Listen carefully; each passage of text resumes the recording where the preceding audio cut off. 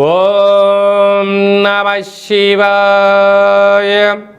29వ తారీఖు 6వ నెల 2026వ సంవత్సరము 8 సంవత్సరాల తర్వాత నిజ జ్యేష్ఠ మాసము సోమవారము మూలా నక్షత్ర సందర్భంగా వృశ్చిక రాశి వారికి అర్ధాష్టమ రాహు కారణం చేత అనేక రకాలైన పరిస్థితులు చాలా అనుకూలంగా ఉంటున్నాయి. కానీ ఏం చేసినా కలిసి రావట్లేదు, ధనం నిలవట్లేదు. పని చేద్దామన్నా ఇంట్లో వాళ్ళ శత్రువులు, బయట శత్రువులు, ఆర్థిక ఇబ్బందులతో సతమతం అవుతున్నారా? వీటన్నిటికీ ఏకైక పరిష్కార మార్గం పూర్ణిమ తిథి యందున సంపూర్ణమైనటువంటి మహాలక్ష్మి అమ్మవారి యొక్క స్మరణ, లక్ష్మీదేవి యొక్క అష్టోత్తరము. మీ దగ్గర ఎక్కడైనా లక్ష్మీదేవి దేవాలయం ఉన్నట్లయితే తెల్లటి మల్లెపూలను తో అమ్మవారికి అర్చన చేయించండి.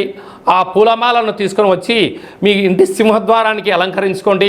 ఆ లక్ష్మీదేవి యొక్క కృప కటాక్ష వీక్షణ చేత పాల సముద్రంలో ఐశ్వర్యం ఎలా కలిగిందో మీ గృహంలో కూడా ఐశ్వర్యం కలుగుతుందని చెప్పి గమనించాలి. మీ వ్యక్తిగత జాతకం తెలుసుకోవాలనుకుంటున్నారా? అయితే మీ యొక్క పేరు, పుట్టినటువంటి తేదీ, నెల, సంవత్సరం, పుట్టిన సమయాన్ని రాసి ఈ కింది నెంబర్కు వాట్సాప్ ద్వారా పంపించగలరు. 100 సంవత్సరాల జాతకాన్ని రాసి పంపించి మీరు పుట్టినప్పుడు గ్రహ గమనాలు ఎలా ఉన్నాయి, ప్రస్తుత కాలమానంలో ఎలా ఉంటున్నాయి, భవిష్యత్తులో ఎలా ఉండబోతున్నాయో సవివరంగా సంపూర్ణంగా తెలియజేయడం జరుగుతుంది.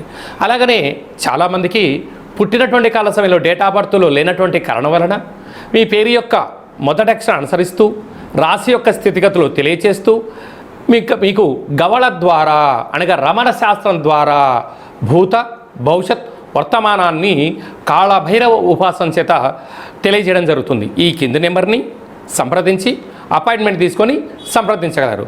జయోస్తు దీర్ఘాయుష్మాన్ భవ.